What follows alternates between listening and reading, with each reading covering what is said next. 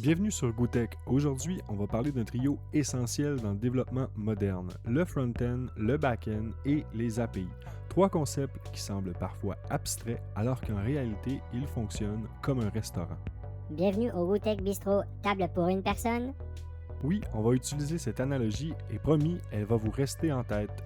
Imagine un restaurant. Tu entres dans la salle à manger, table propre, menu lisible, ambiance agréable. C'est ce que tu vois, ce que tu touches, ce que tu utilises. Dans le monde du développement, cette salle à manger, c'est le front-end. Oh, une belle interface utilisateur. Maintenant, derrière une porte battante, il y a la cuisine. Tu la vois pas, mais c'est là que tout se prépare. Les plats, les recettes, les décisions. Ça, c'est le back-end. Et entre les deux, il y a une personne essentielle, le serveur. Il prend ta commande, la transmet à la cuisine, puis revient avec ton plat. Ce serveur, c'est l'API. Il ne cuisine pas, il ne mange pas, il fait juste le lien entre les deux. Le front-end, c'est tout ce que l'utilisateur voit. Dans notre restaurant, c'est la salle à manger. Les tables, le menu, la décoration, l'ambiance. Et même la petite musique trop forte qu'on n'a jamais demandé. Voici votre menu, monsieur. Aujourd'hui, nous servons une connexion bien cuite, servie avec une jolie sauce CSS. Techniquement, le front-end, c'est l'interface. C'est tout ce qui s'affiche à l'écran. Les textes, les images, les boutons, les formulaires, les animations. Son rôle est double, afficher l'information et collecter les actions de l'utilisateur. Afficher l'information, ça veut dire présenter les données de manière claire, organiser le contenu, rendre l'expérience agréable et intuitive et s'adapter à différents écrans, mobiles, tablettes, ordinateurs. Collecter les actions, ça veut dire détecter un clic, lire ce que l'utilisateur tape dans un champ, savoir quand il fait défiler la page, comprendre qu'il veut envoyer un formulaire ou qu'il veut simplement ouvrir un menu. Dans notre analogie du restaurant, c'est exactement comme la salle à manger. Le front-end, c'est l'endroit où le client interagit. Il regarde le menu, il observe la décoration, il touche les couverts, il appuie sur la sonnette pour appeler le serveur. Quand tu cliques sur un bouton dans une application, c'est comme lever la main pour appeler le serveur. Tu ne prépares pas le plat toi-même, tu signales simplement ton intention. Le front-end capte ce geste, mais il ne peut rien faire de plus. Il doit transmettre la demande à quelqu'un d'autre. Le back-end, c'est la cuisine. Tu la vois pas, mais c'est là que tout se passe. La logique, les calculs, l'accès aux données, les vérifications, les décisions importantes. Quand tu commandes un plat, tu ne vas pas dans la cuisine pour la préparer toi-même. Tu fais confiance au chef. Dans une application, c'est pareil. Le back-end reçoit la demande, la traite et renvoie une réponse via le serveur. Ah ouais, je vous mélange. Pas ce serveur, mais ce serveur. Le back-end utilise des langages comme Python, Java, PHP, C#, Go. Et la liste est encore plus longue que ça. Et il communique avec une base de données, l'équivalent du garde-manger. Mais son rôle va beaucoup plus loin que ça. Le back-end, c'est vraiment le cerveau de l'application. C'est lui qui gère la logique métier, les calculs, les règles de sécurité, la gestion des utilisateurs, l'accès aux données, les validations et toutes les décisions importantes. Quand une demande arrive, le back-end doit analyser ce que l'utilisateur veut faire, vérifier que c'est autorisé, récupérer les bonnes informations, transformer si nécessaire, puis renvoyer une réponse propre. Dans notre analogie du restaurant, c'est exactement ce que fait la cuisine. Tu la vois pas, mais c'est là que tout se prépare. Les recettes, les cuissons, les ajustements, les vérifications d'allergènes, la gestion du stock, bref, tout ce qui se transforme une simple commande en un vrai plat. Comme dans une vraie cuisine, le back-end doit être organisé. Il doit savoir où sont les ingrédients, comment les combiner et comment les servir rapidement, même quand il y a beaucoup de clients. C'est pour ça qu'il s'appuie sur une base de données, le garde-manger. C'est là que sont stockées toutes les informations, les utilisateurs, les produits, les commandes, les paramètres, tout.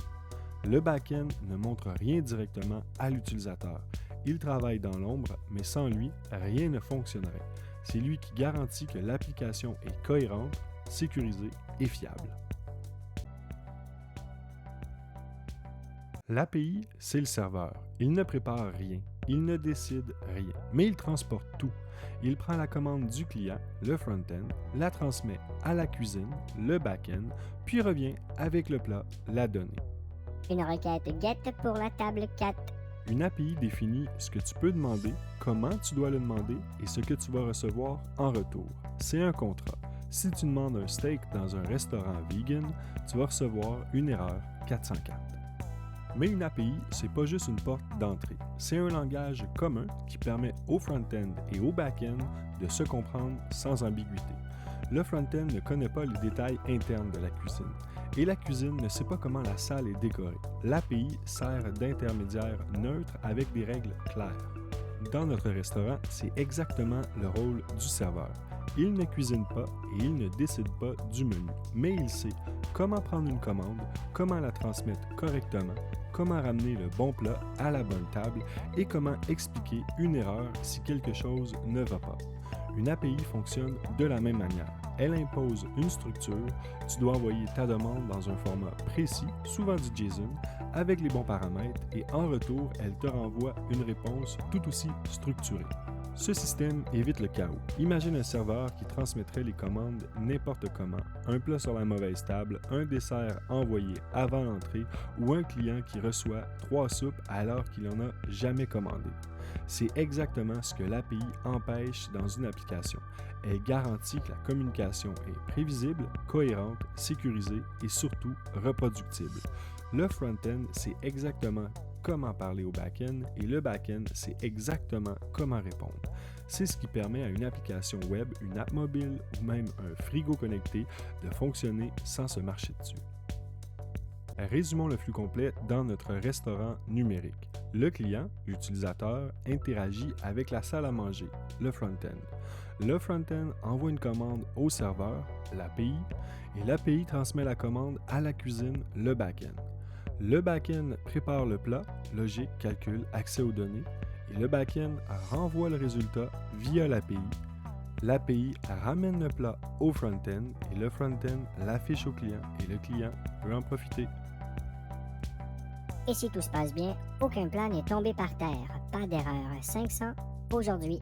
Petite précision importante, est-ce qu'un site peut fonctionner sans API? La réponse est oui, tout comme un restaurant peut fonctionner sans serveur.